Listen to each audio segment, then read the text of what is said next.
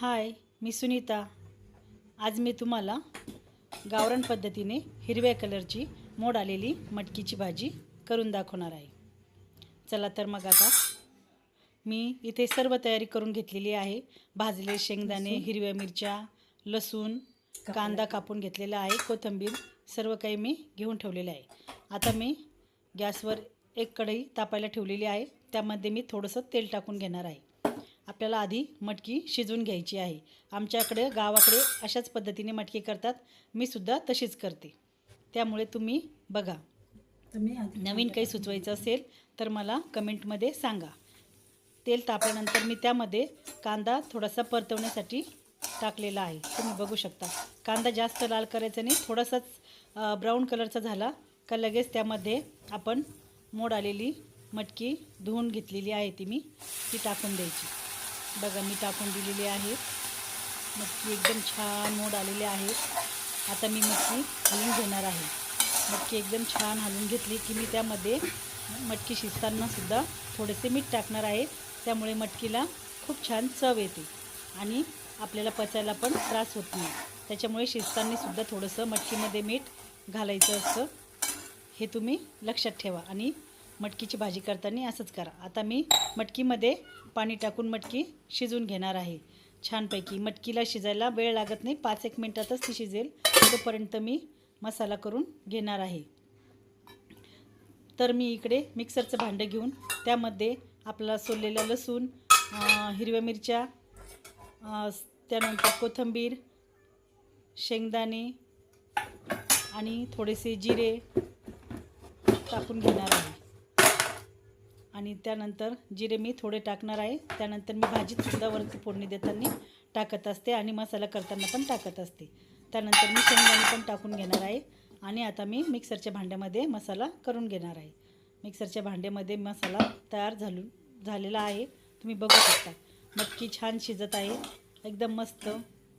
मटकी शिजायला जास्त वेळ लागतच नसतो, छान एकदम मटकी शिजली।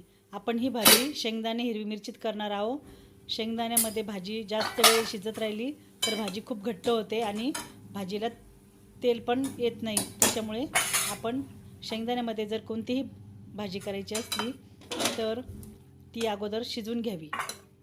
आता माझी मटकी शिजलेली आहे, ती मी एका प्लेटमध्ये काढून घेणार आहे, कारण की मी त्याच कढईमध्ये फोडणी देणार आहे। आता मी फोडणी देण्यासाठी परत एकदा गॅसवर कढई तापायला ठेवलेली आहे।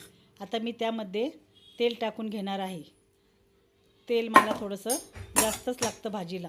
आता मी त्यामध्ये तेल तापायला ठेवलेलं आहे।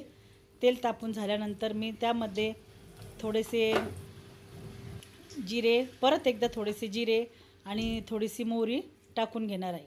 तुम्ही बघू शकता, मी जिरे मोहरी टाकल्यानंतर त्यामध्येच थोडीशी हळदसुद्धा टाकून घेणार आहे।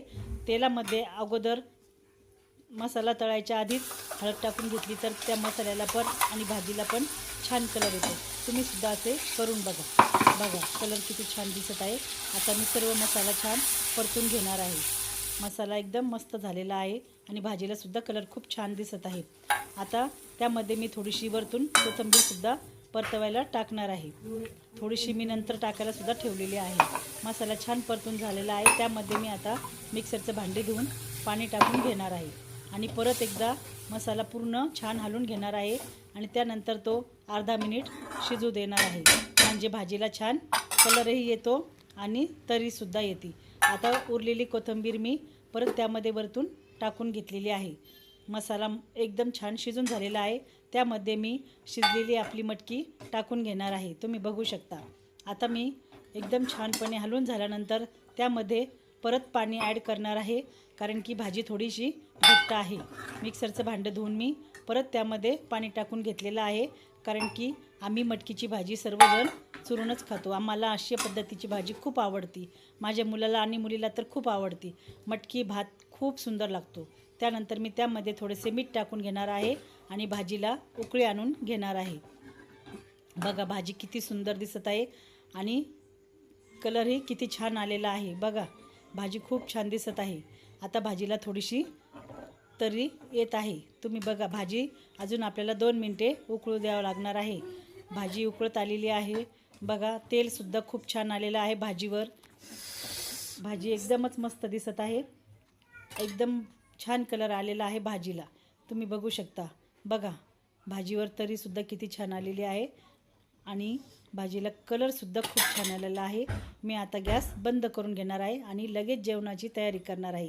बघा मी ताट वाढून घेतलेलं आहे. मटकी, चपाती, भात, लोणचं, लिंबाची फोड तुम्हाला दाखवायची राहिली.